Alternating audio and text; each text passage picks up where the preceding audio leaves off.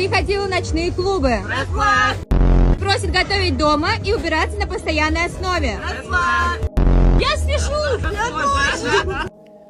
Da nu nahring red flag degan narsa qayerdan paydo bo'ldi o'zi? Ota-onang bilan yashayotgan bo'lsang red flag, 18 yoshda mashinang bo'lmayotgan bo'lsa red flag. Qizlarning orqasidan itdek yugurmayotgan bo'lsang red flag.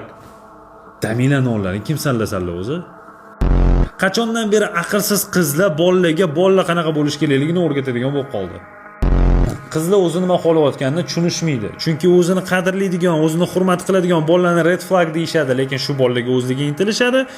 Qanaqadir loh orqasidan itdek yugurib yurgan bolalarni, prosta tak sovg'a beradigan bolalarni red flag emas, yaxshi bola deyshadi, lekin bu bola bilan ular hech qachon bo'lmasligini bilishadi.